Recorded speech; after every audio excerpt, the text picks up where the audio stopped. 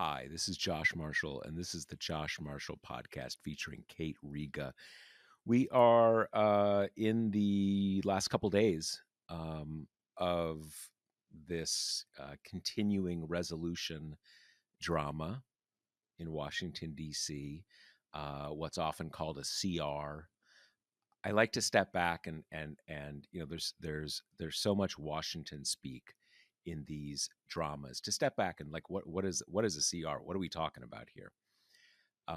Over the last couple decades, Congress has pretty much gotten out of the business of writing budgets on schedule. So they repeatedly are on this situation of they run out of time. So what you have to do is write a bill that says, okay, the budget we did last year, we're just gonna keep it on autopilot for 3 more months to give us time to do the next budget. Okay, so that these come up a lot. And if they expire, you have a government shutdown. Obviously, we've seen these many times over the last 25 years or so. And we are in one of those situations. In this particular situation, they have not done what is called a clean CR, which is like a one sentence bill that just says, we're going to keep doing what we did last year for the next 3 months. Done. This is actually like a 100-page bill, and there are pretty substantive things in this bill. They basically zero out or radically cut funding for like a lot of basic departments in Washington D.C. Like fire department and just kind of basic stuff that runs the government in D.C. Uh, a lot of extra money for various MAGA priorities, cuts. So it's not a clean CR. But the point is the overall situation here is that this is what is required to keep the government functioning. And what they want to do is keep it functioning through September, the end of the fiscal year, so they'll have time to do the actual budget. And as we have talked about a number of times, this is one of the few moments of leverage that Democrats have. And as we record a little before 12:30 on Wednesday, I am pretty pessimistic that Democrats are going to try to block this. And I must say, I'm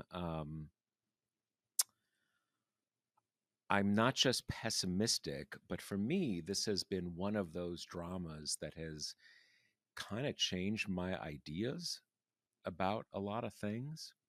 Um, I uh, hesitate about discussing stuff I haven't, kind of totally confirmed yet. But my understanding is that now that the leadership is whipping the senators, Durbin and Schumer, to vote yes on this continuing resolution. And what we have seen over the last several days is that there is clearly a concerted and intentional effort on the part of Senate Democrats to keep their position secret from their constituents. We've collected positions for just over 30 of the senators, what they're telling constituents when they call in. And I believe there are 6 or 7 who are saying they are going to vote no. And all the rest say don't have a position yet. Well, come on. This is neither a minor bill, nor is it something that like, whoa, I just heard about this. I don't have a position yet. This is a fundamental thing that's been coming down the pike for a while. Um, I think people know what they're going to do. They at least know what they want to do. And by keeping it a secret from their constituents, it becomes very difficult for constituents to apply any pressure. Because where do you apply pressure? And this is one of the most basic things for constituent action. to the extent that the public knows everybody's position, these people are yes, these people are no, these handful of people are, still waiting to make a decision. That allows people to focus things. Elected officials never want that focus. But here they seem to be going to great lengths to prevent that focus. I also think, based on what I have learned over the last several days, and especially what I have learned this morning, I get the sense that the senators do not really grasp what is happening right now within the federal government, the gravity of what's happening, the extent of what is happening.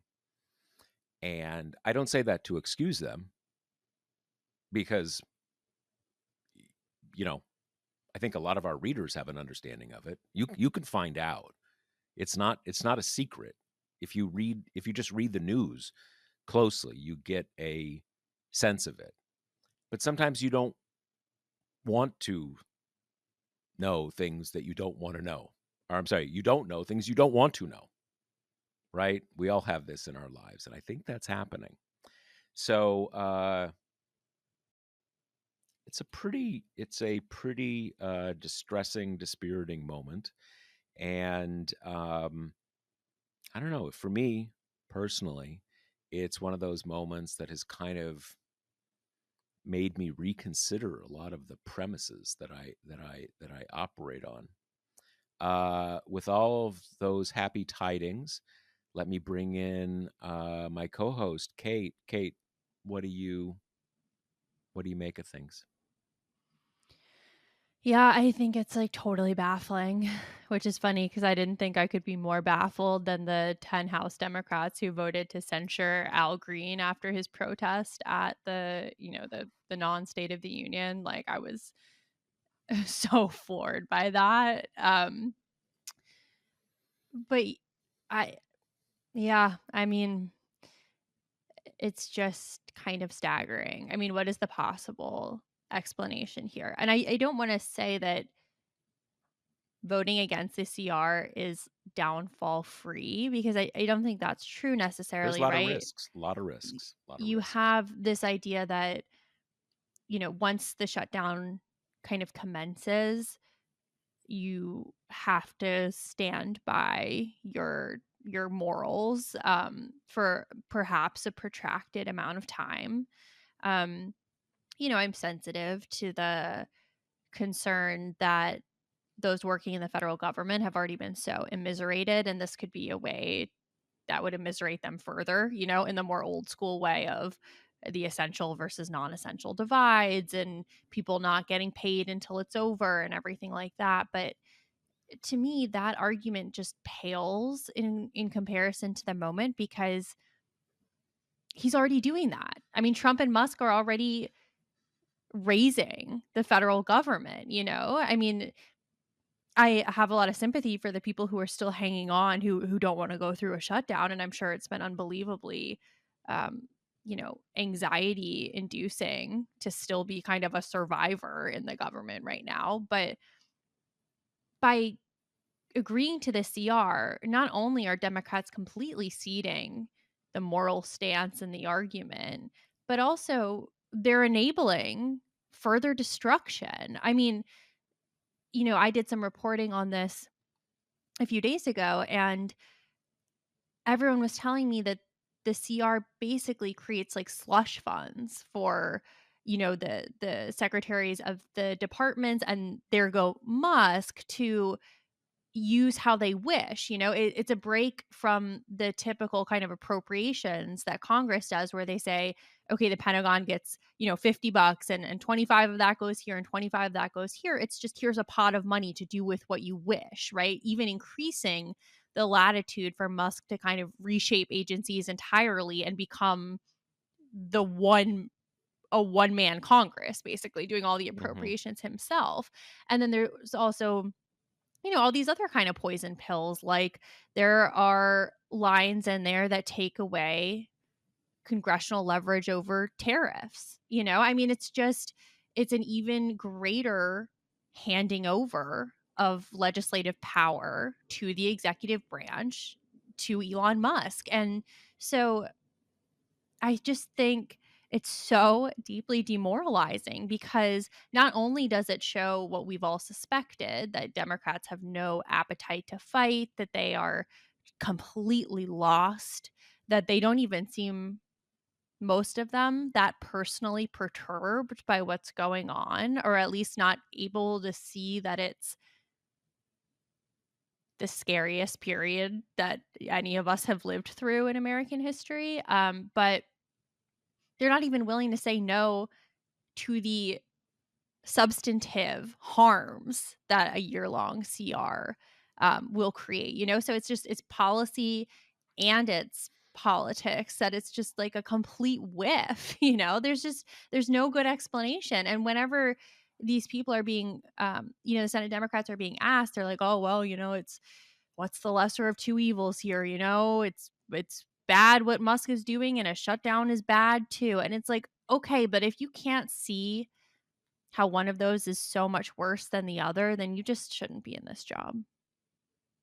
Well, it's I this is it's a hard analogy, but I said in a post last night, this is sort of like you're in Dachau, right? And you're in the mess hall planning an escape, and someone says, but if we're caught trying to escape, they're going to kill us." Well, okay. Where do you think this ends? Right? I mean, we have I did a piece a week or so ago about one of these executive orders. Can't remember exactly which one, but it says explicitly the goal here is to get the total size of the government down to the number of people who are on the job during a shutdown. Take a moment to absorb that. What that means is the goal here is to create a permanent shutdown. So, in a literal sense, a shutdown is not worse than that because that is what we're doing. That's the goal. Um, uh, you know, look, I know why on its face, I know why they don't want to do it because they're afraid they're going to get the blame for a shutdown. I get that. Like that's being concerned about getting the blame that's a reasonable concern. Um, I don't want to. Just for those of you, if you listen to this episode relatively soon after it comes out, which is Wednesday afternoon, I have a post. It's probably going to be the back channel on Wednesday, kind of going through all this stuff. So I don't rehearse all of that. Uh, that is that's just not a good logic because that is a reasonable fear. That's a risk. Um, the risks on the other side are much greater, and there's a sense and there's a way in which elected Democrats, and this is a long-standing issue, they don't have a lot of familiarity or comfort or experience with using political power. If you just say, okay, well, Trump said we're going to take the blame, and I don't want to blame, so I guess I better do it, which is kind of where we are right here. But beyond that, you can take moments where you have certain amounts of political power, which they do here, and say, I'm going to do this and I'm going to try to change around the chessboard. That, I'm going to try to change the reality on the ground by things I do. You can do that. You can change things by the use of political power. And all I see here is a deeply reactive stance. I'll tell you, and this, I'm still trying to kind of, quadruple confirm this and stuff. But I heard on what I think is pretty good authority, that one of the driving arguments inside these caucuses for why to vote yes is they're worried about it'll slow down the legal cases, right? So you're relying on the court cases. Basically, how this works is the court system doesn't get funding when there's a shutdown, but they can usually stay open for like a few weeks based on fees, just fees the judicial system collects, whatever. Okay, so there is a time limit, and they don't shut down totally, but they things do get ramped down. There's so many things wrong with that logic. One is like actually thinking that you're relying on the courts, that is going to solve this is baffling. First of all, we've talked about this, but even even there, the that reactive, um more than reactive, uh I was going to say cause no harm, but it's beyond that. Sometimes you have to take some risks to say my only chance of changing the trajectory here is to do something, and I'm going to do it anyway. It's very frustrating. Kate, now you tell me more about your frustration. To the point about Democrats being worried about the blame blowing back on them, it's just this whole defensive crouch thing has gotten so out of control because who cares? Democrats literally could not be less popular right now, and we're still like 2 years out from the next election. Who cares? I mean, protests are often unpopular in the moment, and then they often either kind of redound to the protesters' benefit later, or people forget about it by the election. But it helps create a bigger narrative that the protesting party can use to their advantage. I mean, it's the Al Green thing, right? Like, probably if you polled people, I'm sure most people didn't like it, right? It's disruptive, it's uncomfortable. People don't like breaking with the social contract. But a protest about protecting Medicaid, yeah, I bet that's going to go over well long term, as Democrats kind of position around, that posture. So it's just this fear of doing anything is just so disheartening and totally blowing back on them. I mean, we talked about this last pod, but the idea that congressional Democrats' levels of popularity among Democrats is staggeringly low, like unimaginably low.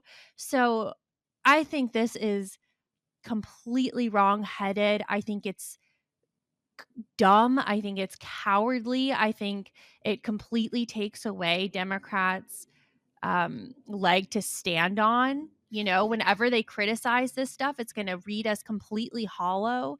And if they think there's no risk in that, look to this last election, like a big problem, and why people wouldn't buy the Trump is a really dangerous madman authoritarian that you can't put back into power is because Democrats so inconsistently acted like that was true. So I don't know. I think this is completely wrong-headed. I think it also shows, as we were discussing last pod, this idea that I'm kind of taking everything Democrats do as a data point in terms of if they get lucky enough to wrest back power in 2028, will they take the mandate and govern decisively to make sure that the next person in Trump's mold can't just come back in and run back the playbook. And, I've never felt any amount of confidence about that. And now it's just kind of increasing confidence in the other direction.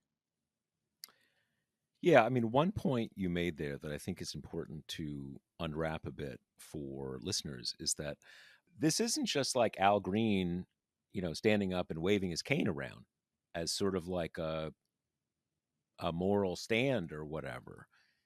This is actually a, this is a major chess move and perhaps taking the whole chessboard and just throwing it up in the air and saying, "Nope, we're starting again." This is an actual thing. It's not just sort of like making a symbolic stand or whatever. Um, and it's funny because to a great extent, I've told people this a few times recently. Like, yes, the Democrats have been like, kind of back on their heels and, haven't had any good angles or anything. But I always try to remind people political backlashes or comebacks don't start with like someone in the opposition having just like a totally kick ass idea. That's not how it works. It's helpful if you have some strong leaders who can really, galvanize things and be a good spokesman and stuff. But these things kind of bubble up from the bottom, right? And that's not kind of like, I don't know, people say these kind of like kumbaya for people, grassroots kind of whatever. But in this case, it's true that people are really angry about what Musk and Trump are doing.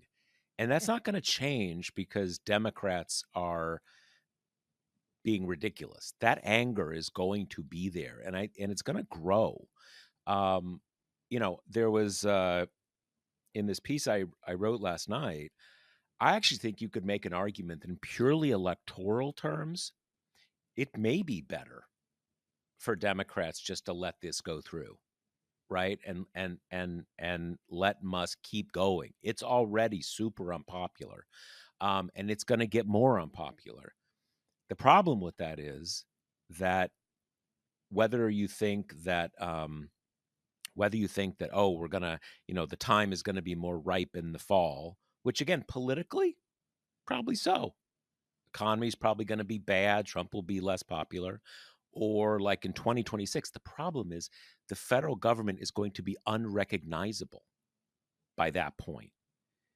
You will have already burned all these things down and you are not going to be able to stand them back up again. Not by like, oh, we had a deal and suddenly that smoldering ruin over there that was this department is going to pop back up. That's not how it works. That's not how it works. So I don't think uh, Democrats have the luxury of doing that. Even though, again, I think it actually I think it's a very decent argument. It would be electorally, in a very narrow electoral sense. How many House seats do you pick up? It would probably be beneficial because at the end of the day, if you're a Democrat, you elect Democrats to have a certain kind of country and a certain kind of government. You don't elect them to elect them, right? And we're kind of at that point, and I I I'm starting to think that you may have um, a number of pretty comfortable people in the Senate be primaried and have real races in primaries, or maybe actually lose their seats in primaries. I think the anger, but not just the anger, because anger is an emotion, not a decision. I think we may be at that point. And the complacency makes no sense based on recent history. I mean, Democrats won in open seats, in Michigan and Arizona, states that Trump won. And what was the most surprising Senate loss? Bob Casey, right? The longtime guy who was, older and had been around and his name had been around for even longer. He's the one who lost. So I don't get where their comfort level is coming from with this strategy that Trump/Musk will self implode and we just have to be, I don't know, breathing to kind of reap the reward from that, like that people will throw us their support just because they're so mad at Trump and Musk. This kind of like extreme thermostatic philosophy where the oppositional party has to do absolutely nothing, doesn't even have to oppose the party in power to kind of benefit from the anger. And as you say, maybe that is all that it takes, but the risk in doing the long game like that, where you kind of are only acting with an eye on the electoral calendar and waiting to make any kind of contentious stand until you think it'll have, max effect on your constituents, is a long, painful period of immiseration and demoralization of your own base. And as you say, what is the likeliest outcome there is that you're going to piss people off enough that they're going to say, well, we're running someone else. We're supporting someone else because what is on your track record this past year? Maybe some angry letters or a stern floor speech, and then you voted to let Musk keep on keeping on. I mean, I that's not very convincing. You're not really making a case why it has to be you and not any breathing body in a suit with a D next to his name. Yeah, and I have a slightly different take on this, but maybe it's not a different take. I think that what is I mean, look, things have changed so much in the last 6 weeks. It's hard to say, as is normally the case. It's hard to predict 2 years in advance. But everything I see and all history tells me that Republicans are going to be really unpopular and Trump's going to be unpopular. And as I said, I think they're going to get wrecked in the midterms. And I actually think that when it comes to it, the whole tidal effect is I want to send a message to Trump, and everything else is secondary to me. So in a certain sense, for people who have D's after their names, you can just be a total jackass for 2 years and you're probably going to get pulled in with the tide. But it doesn't have to, but there can be other people with D's after their names. That's where people can make a statement. And so yeah, I think that's very, and another, this is another thing that, and here, look, here I'm getting into my own personal politics in ways that not everybody at TPM agrees with me. Certainly, not every reader or listener. Um, but for a lot of reasons, mostly, but not all, electoral, I don't want more left wing senators and representatives. I'm not saying I'm always against that, but that to me is not the issue. I want people who have a more serious understanding of how to use political power and are willing to use it. Um, and there's in our politics, there is there is sort of this thing where fight is imputed as ideology, right? And it's very deep seated. And I first started noticing this years ago when I would see myself portrayed to by friendly people and unfriendly people as, oh, that Josh guy, very left wing, very partisan and left wing. And as anybody who's like reads what I say, I'm not that left wing.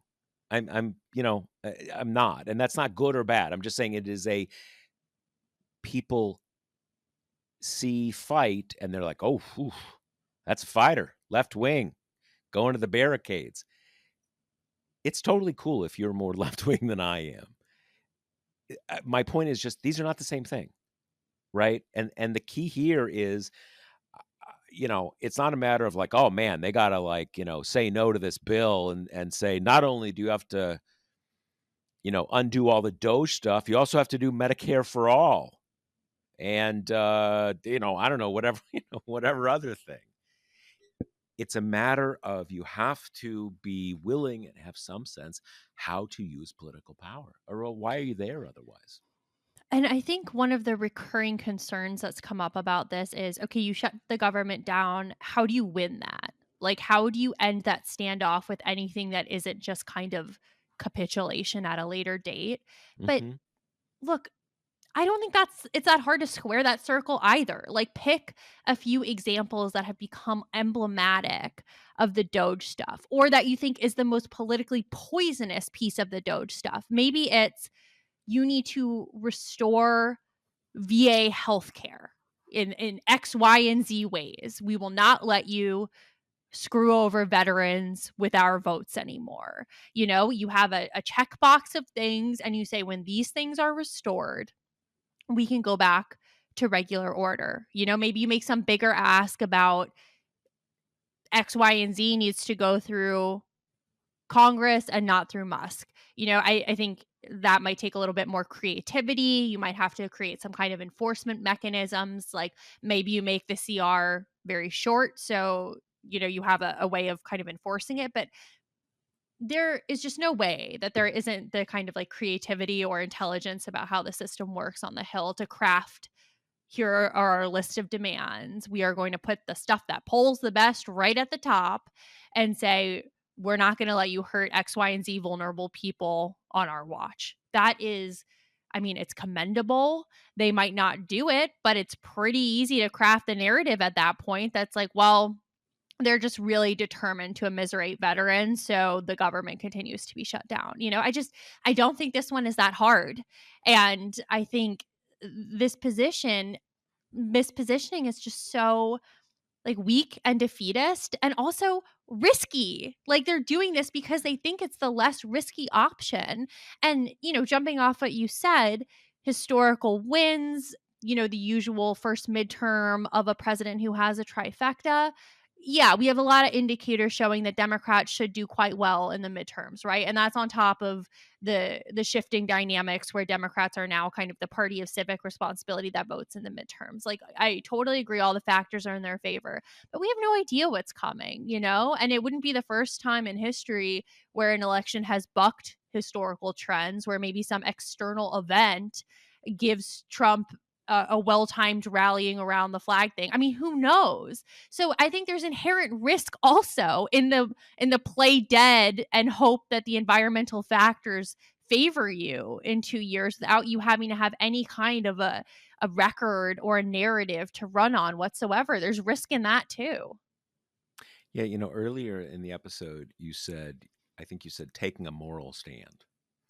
And what, I mean, and some of this may bring out just how you and I think about, you know, politics differently, which is awesome, right? I mean, that's why we're a good pair for this. Um, but the point you just made is the one that resonates for me, which is that, you know, look, let's take a hypothetical. Maybe, you know, uh, you believe, you know, very strongly in pronouns, right? Or very strongly in DEI. Uh, and right now, as those things are encoded in our political culture, I mean, the problem is when they say Republicans and just how the last 5 years have evolved, they have managed to make DEI land acknowledgments. Are you, you know, when you get up to speak, do you say your pronouns? You know, these that's DEI. When in fact, what they're making DEI is sort of like everything we've called civil rights since like 1955. Okay. But maybe you say, like, right now, they are doing all this stuff in the federal government. That is unacceptable. This is something that is core. We need to make a stand on it. Well, okay, but where our political culture is right now, you're probably going to get knocked down on that just because of, again, how it's coded in our popular culture. Maybe not, but I'm just trying to kind of make a distinction here. But the things that are happening right now, they're totally gutting the Social Security Administration. New article out today which says that because of the Doge cuts, they're having daily computer crashes now inside SSA. And I don't mean someone's PC crashes. I mean the computers that run the place, right? They are cutting all sorts of veterans' healthcare stuff. They're decimating the research that gets done into cancer cures. And overwhelmingly, cancer research in the United States is funded by the federal government. It's not all done by the federal government, but it's funded by it. So these are not things where you're heading into very contested territory. We're talking about a very real chance that sometime this year people are going to stop getting their social security checks because the system is literally breaking down.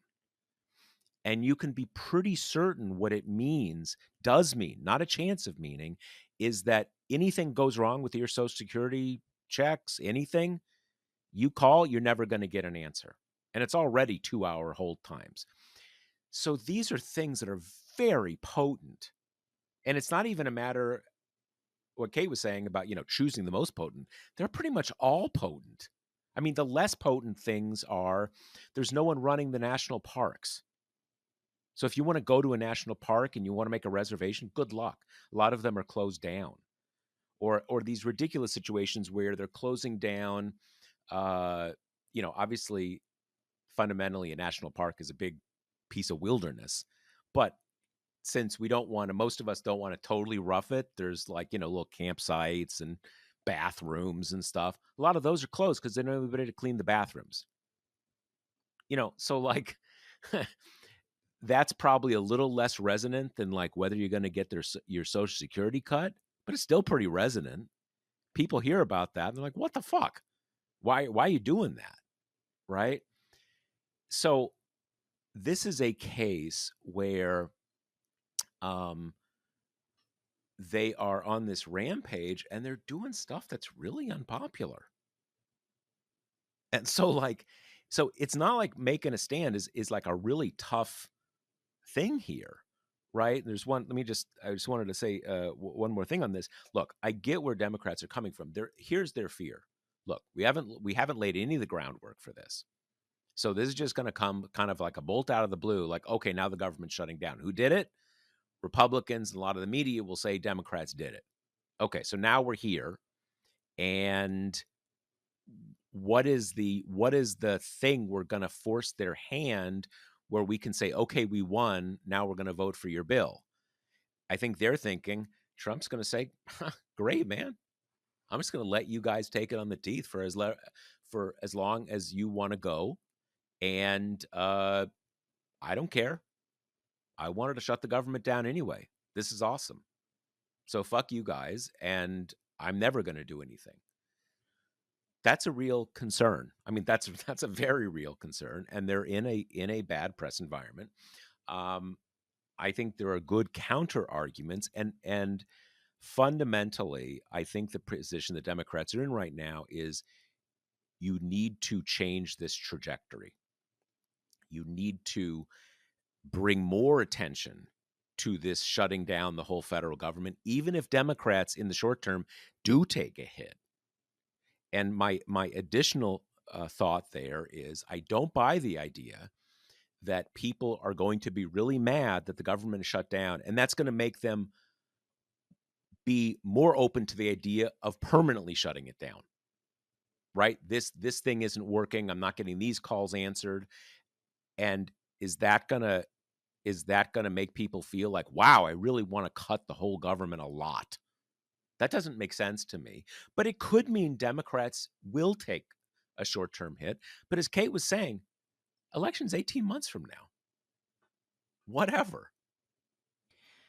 And this is kind of by the by, but it also just makes me anyway feel crazy to watch this attitude, because it makes you feel like, is what I'm seeing really happening? Like, it gives you the sense of almost the whole kind of like, oh, you're overreacting, you're being hysterical. And it's like, no, I'm definitely not. We've never seen anything like this before.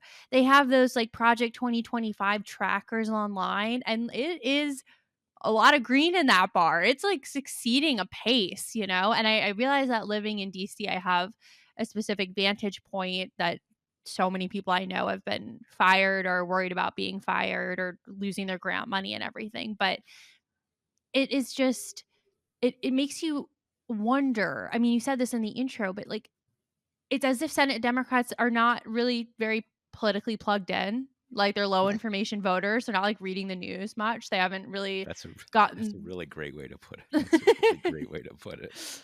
It's like they haven't gotten their arms around the magnitude of the problem, and it's stunning because the biggest problem Democrats are facing right now are is the message game, right? Like, how do you get out to normies that what is going on is really bad, is really hard to fix, and at some point will affect them because the federal government touches everybody's life, even if you haven't put those pieces together yet. Well, I'm pretty sure the way is not to pretend that, well, shutdowns are bad and I don't want to shut down the government, so I'm going to vote for it. Like, I don't think that's very successfully getting the message across that what's happening right now is like the greatest threat to our democracy in any of our lifetimes. Well, yeah, and that kind of is my thinking. Because look, there's one way of thinking about how a shutdown would go, that maybe they'll really kind of get the politics right, and you know, Trump and Musk are on the defensive, and they cave. I don't think that's impossible, and frankly, I think it's very doable. I just don't have very much confidence at all that that's going to happen. But the other scenario is you focus everybody's attention. Everybody's going to see, right? And there may be people who are, kind of swing voters, not the base of either party, who are upset with Democrats. Um, it's very far out from an election. We have seen many, many, many, many times that when oppositions do this, they often do take a short term hit, but no one remembers by the time the next election comes through. And the bigger reality is that the in most cases, it's still on the president's watch, right?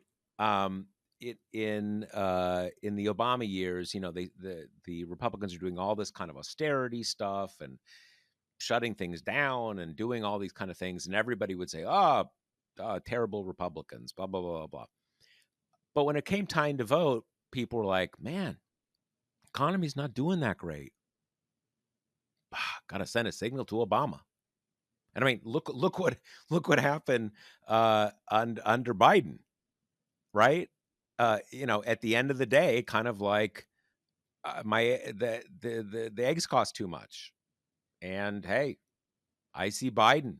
I don't see Mike Johnson. So again, I'm not even it. There's a lot of evidence that even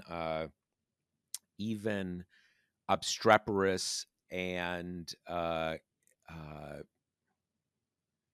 not even sure what the right word is, gridlocky oppositions basically don't pay a price when it comes time to the elections, because fundamentally they're damaging what is happening on the party, on the watch of the party in power. A lesson that Democrats should have learned from Republicans since Newt Since it Gingrich. happens I don't to know them why it doesn't constantly. sink it in. Yeah. Um, and it also just intensifies this sense. Like, I think this is kind of why Bernie's rallies, he's doing this tour against oligarchy type thing and going to these like little towns in Wisconsin, and Right. like 10,000 people are coming out to see him. I think it's part of why those are so popular right now, is because you're left, if you're especially like a Democrat who's just completely demoralized, you're left with two options. Either the leadership isn't paying attention, and that's not true, right? These people live in DC, they live and breathe politics. Of course, they're paying attention.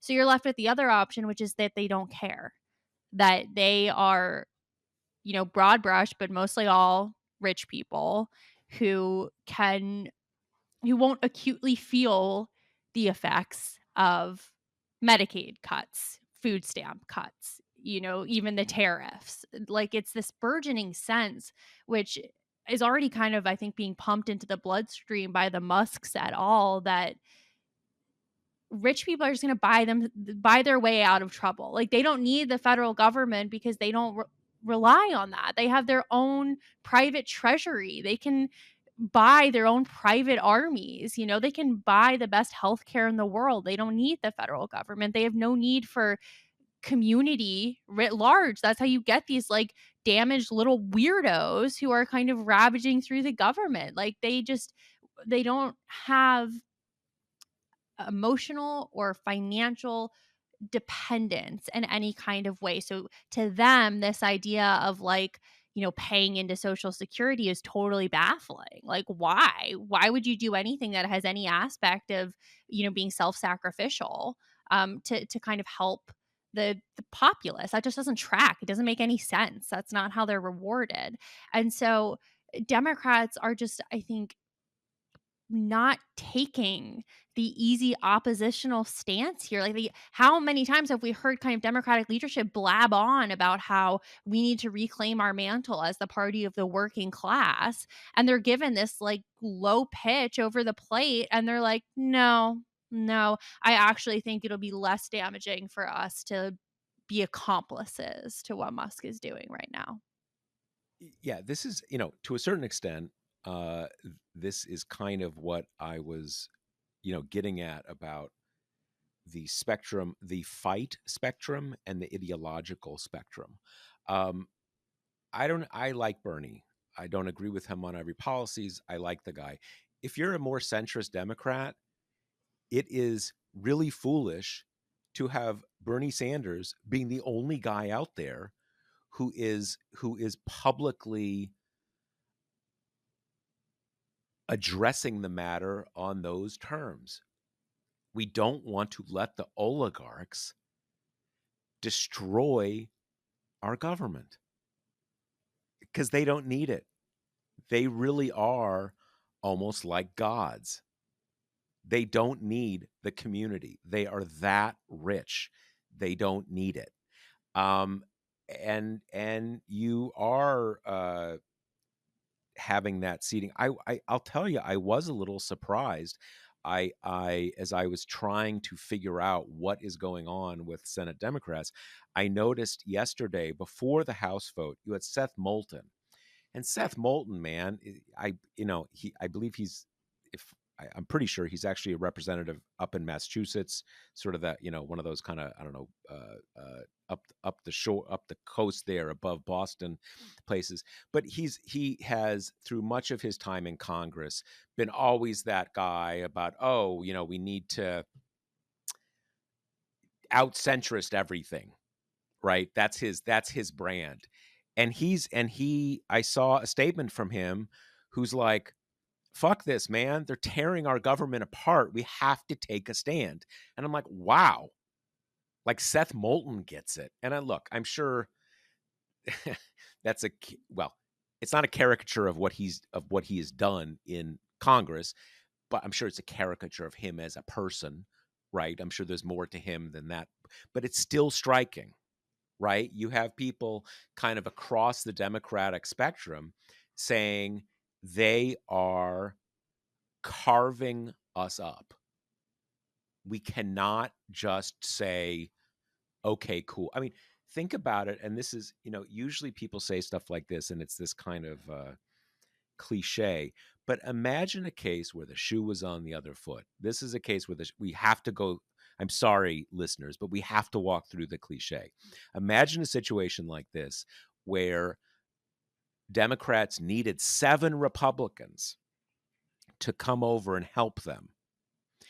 And Democrats' offer was, okay, here's our offer, nothing.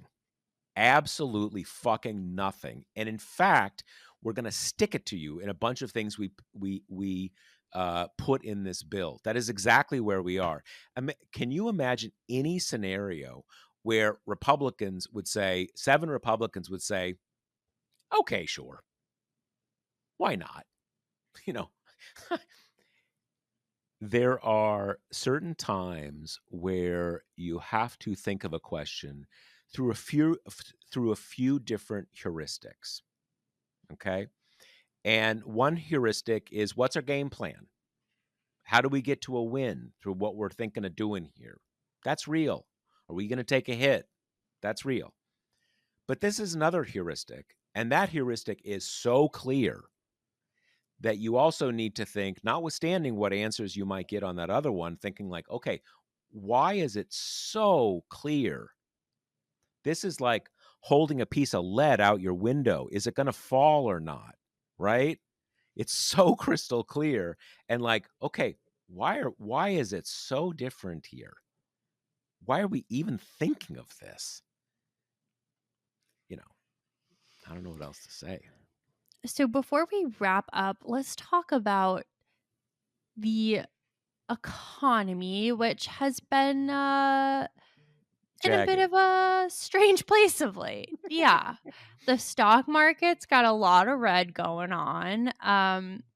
Tesla stock in particular is doing quite poorly, which prompted the president of the United States to have some Teslas driven up onto the White House property so he can ape used car salesman and admire the models and sit in one, but say he's not allowed to drive it. And have Elon Musk kind of like tell the press what's kind of great about these cars. You know, he was photographed holding a paper in hand that had all the prices of the models and some various aspects of them that make them good selling points. The specs. The And specs. right, and he said Yeah. he is going to invest.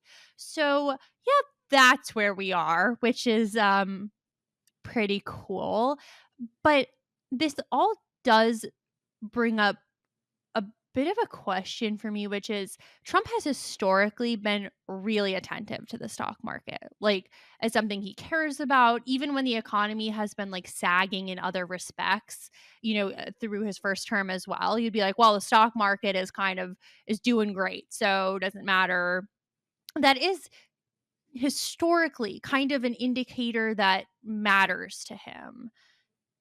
Does not It's really ratings. seem To to him, it's be ratings. right, and that does not really seem to be the case anymore. He went on with, I think Maria Bartiromo, and she said, "Are we gonna have a recession?" And he said, "I don't know," basically. Maybe, could be, you know? The other, like, Trump administration people at least know the kind of hard and fast rule. You don't say there might be a recession because that might cause a recession. You kind of Right. do a resounding no until you're inside of one, right? But he Yeah. was like, Yeah. Yeah.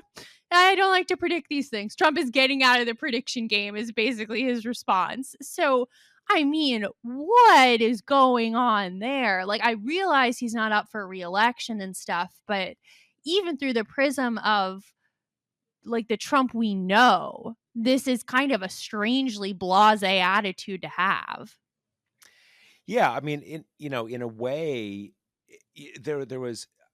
I think he has said this. I think the White House has said this, where they sound like Democrats saying like, "Well, that's not the real economy. That's just a Right. stock market. That's not Main Street." And like,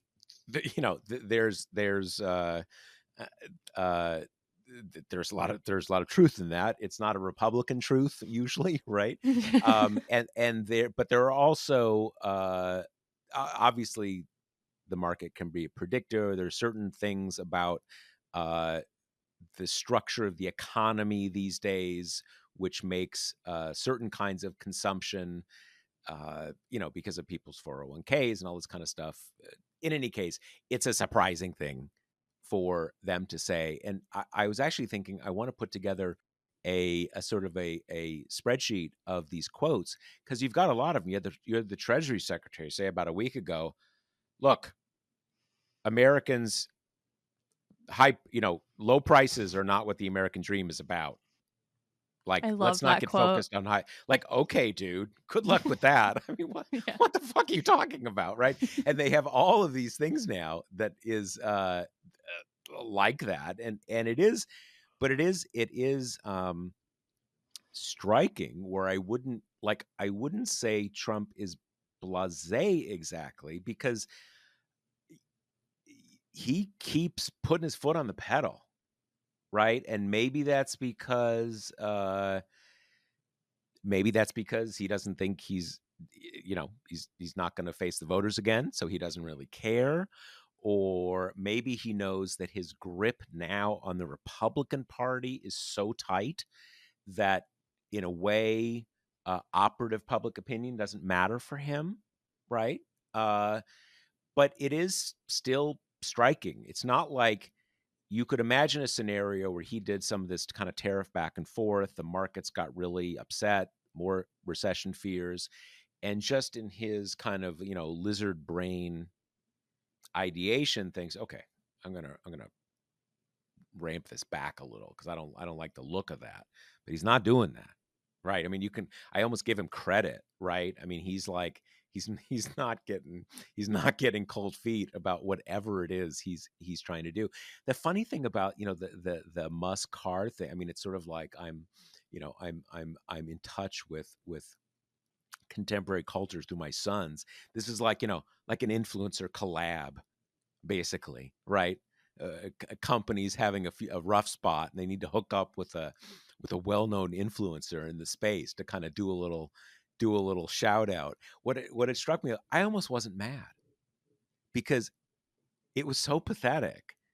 Like, Tesla is supposed to be, it's Tesla's world. We're just living in it. They're going to be pumping out robot cars, and every battery that runs every house is going to be a Tesla battery and all this kind of stuff. And now he's like, kind of, Elon's what, like, kind of slack jawed and sad, and he needs someone to kind of, you know pump up the stock price, and he's super sad because everybody, people are standing outside Tesla dealerships. I mean, it was I mean, again, there was a moment in 2008, September 2008, I think it was just before Lehman collapsed, where John McCain, he's, Republican presidential candidate at that moment, goes out in front of the cameras and says, like, the fundamentals of the American economy are sound. Like, it was like a day before the bottom dropped out, basically. And it when I saw that car thing, it reminded me of that. When Trump is like, "Oh yeah, I love a Tesla." Like, dude, you don't even like when was the last time you drove? Like, what? Um so that's where we are. Things couldn't be better. Yeah, it is a small consolation prize that Elon has been he's been seeming down lately. He has not been seeming quite at his kind of like star jumping heights. He did this interview with I think what's it his was name, it, Kudlow, yeah, yeah, yeah. on Fox Business, where Kudlow is just, softball after softball. And there's this one clip that's really rocketed around where he All right. he says, "How has it been running your other businesses?" And there's like a really long pause, and Elon's like, "With great difficulty." Pause. Yeah. And it's like when Tesla's stock is plummeting and Twitter was having outages all day on Monday, which Musk quickly blamed on Ukraine, which is like quite something that this besieged, war-torn country has the resources to devote to like taking Twitter offline for a couple hours. Which obviously is not true. But it is it's like it's a small thing. I mean, I am not under any kind of delusion that Trump or that Musk's like duty to his stakeholders will kind of pull him out of this and get him back on track. Like, I think he has loved this shadow president stuff. I think it seemed like kind of new terrain for him to conquer, right? He already Totally. gets to Totally. be the big brain tech guy, and now he also gets to like single-handedly fix American government, right? But it is a different kind of form of the town hall thing, right? It's like some evidence of organic pushback, of people being like, because you're doing this, we don't want your stuff anymore. And having your stuff is embarrassing to a really sizable segment of the population. Like there's been this one hilarious ongoing story about this cyber truck in New York that every day has swastikas spray painted on it or dog poop smeared into it. And this was happening day in, day out. And so the guy tries to cover it with those stickers of like, I bought this before Elon Musk was insane, which like maybe you can get away with an early Tesla, but Cybertruck, no, babe. Look at the Yeah, timeline. it's like a Like, 6-month-old car, isn't it? Or not 6 month, but exactly. it's pretty yeah, you had to, I don't know exactly when. Yes, but and it's also like, it's not only the time frame. It's because the other Teslas look, I wouldn't know. I mean, I see the insignia. If I see it's an electric vehicle, but they look like just every other car. I would never notice them. But the Cybertruck is sort of like, dude, I want you A to look know at me thing. I am Elon's. Not just look at me. I am Elon's dude. I'm Right. fucking going to Mars with Elon. That's what. And That's why so you buy a Cybertruck. the day after he plastered those stickers all over it, smeared with dog poop and painted and stuff. So, it's the same. There have been like little one-off anecdotes of like, Tesla dealerships getting fucked up, or people who work at Tesla dealerships being like, I just got called Nazi, I'm not working there anymore, kind of thing. So that's also, I think, an important sign, right? I talked last episode about how one of the most demoralizing parts of Trump too is there has not been the same sense of like social ostracizing for people who are part of this movement, and how Yeah. that has been such a worrying sign of the rightward cultural lurch of this country, that association is no longer toxic, kind of shameful and poisonous in public view.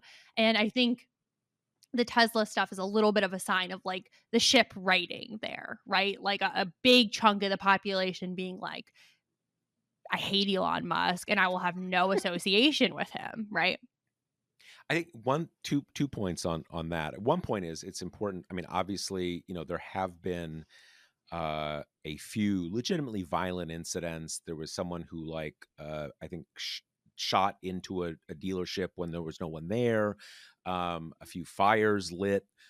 Those are real things, but I wanted to make clear that there are a huge number of ongoing, totally peaceful, totally legit protests ongoing at Tesla dealerships, like, all over the country.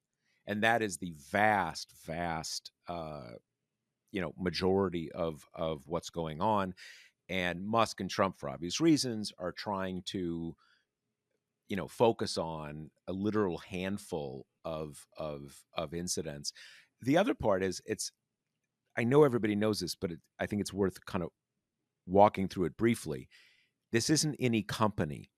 It is, at least has been, a fairly high price point electric vehicle. Who is the market for that? It is like affluent, educated liberals, basically, right? That is the thing.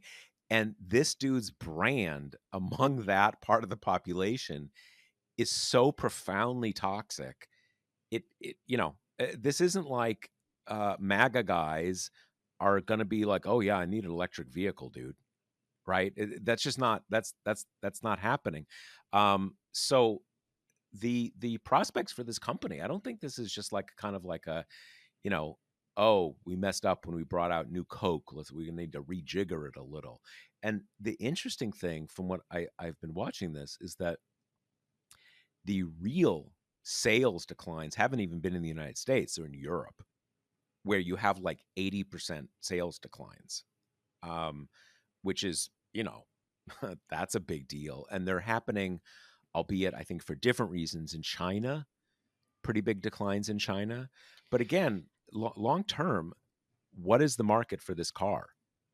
It's basically rich liberals. I mean, who do you know who has a Tesla?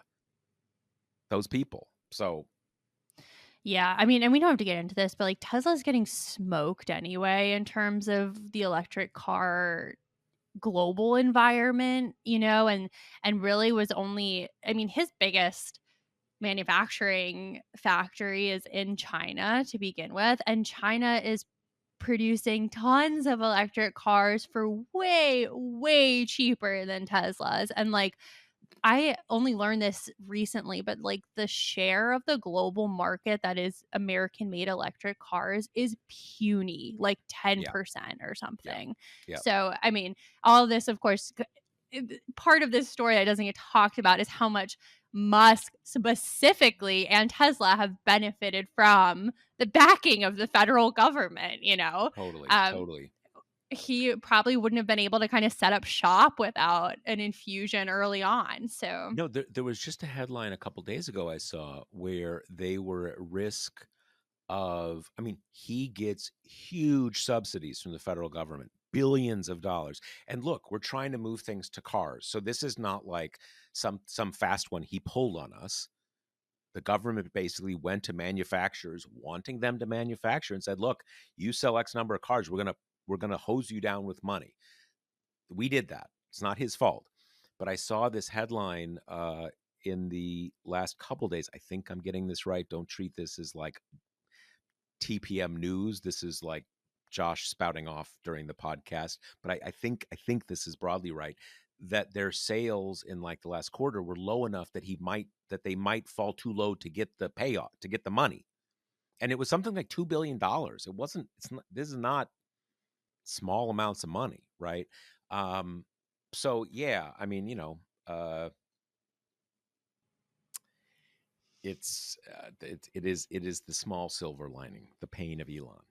I wonder if the Dodgers will home in on those subsidies as ripe for wasteful spending to be cut, Exactly. I mean, it's but they are. I mean, Trump definitely is trying to claw back a lot of the sort of the green vehicle, electric vehicle stuff.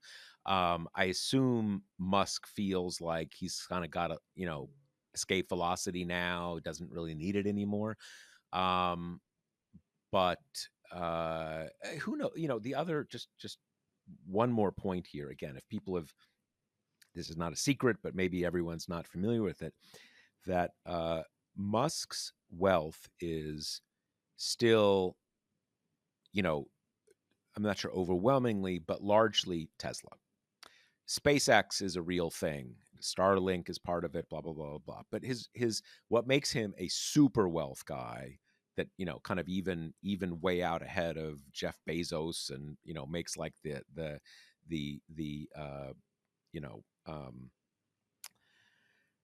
old style billionaires, kind of leaves them in the dust, is Tesla.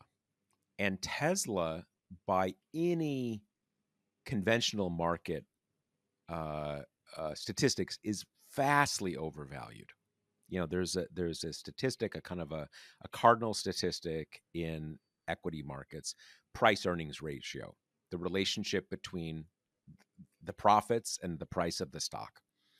And Tesla is at least 4 times, in many cases 5 times higher price earnings ratio than the other big tech platforms, let alone other stocks.